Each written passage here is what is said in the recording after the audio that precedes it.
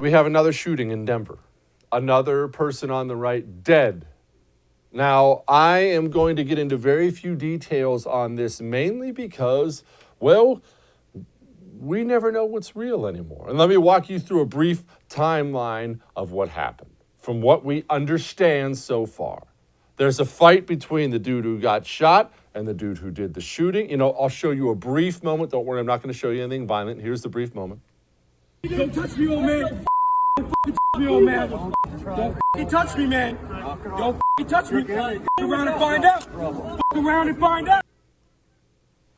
Okay. Obviously, you saw the direction that was going. It was a pro-America protest. Those are always going to attract the other side. That's just the nature of where we are now, and you don't have to look hard to try to find people who hate this country within the borders of America. Sad but true. It ends up poorly. Here's another. I always tell you if I think it might be inappropriate for your kids, don't worry, this is nothing bad. It ends up with, well, something bad happens. Here's a distant video from it.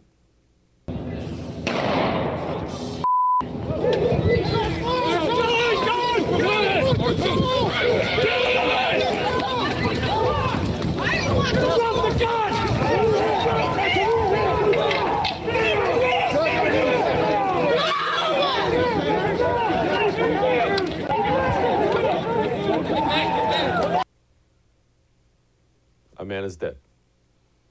He was spraying bear spray, we know that. The person who did the shooting is in handcuffs. I believe he is up for first-degree murder charges. The reason I'm not going into more details is, one, it's so fresh. Two, again, let me reemphasize this. We got so many mixed stories right after this happened. Immediately after it happened, people were reporting things like the guy who did the shooting is Antifa.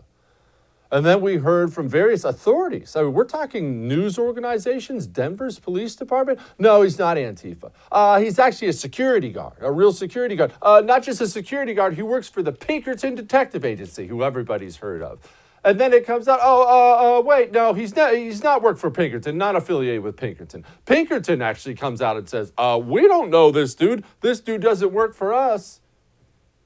Essentially, everybody's rolling their eyes right now, wondering, well, wait, who is the guy? Well, look, let's just set that aside for a moment. And let's deal with the facts on the ground. And these are the facts on the ground. We don't have a day or two now of leftist violence against people on the right. We have years. You do remember that all this began with a Bernie Sanders supporter arming up, hunting down, and trying to assassinate multiple GOP members of Congress, right? You remember that? Steve Scalise hauled off the field in an ambulance with a bunch of little holes in his body. You remember that?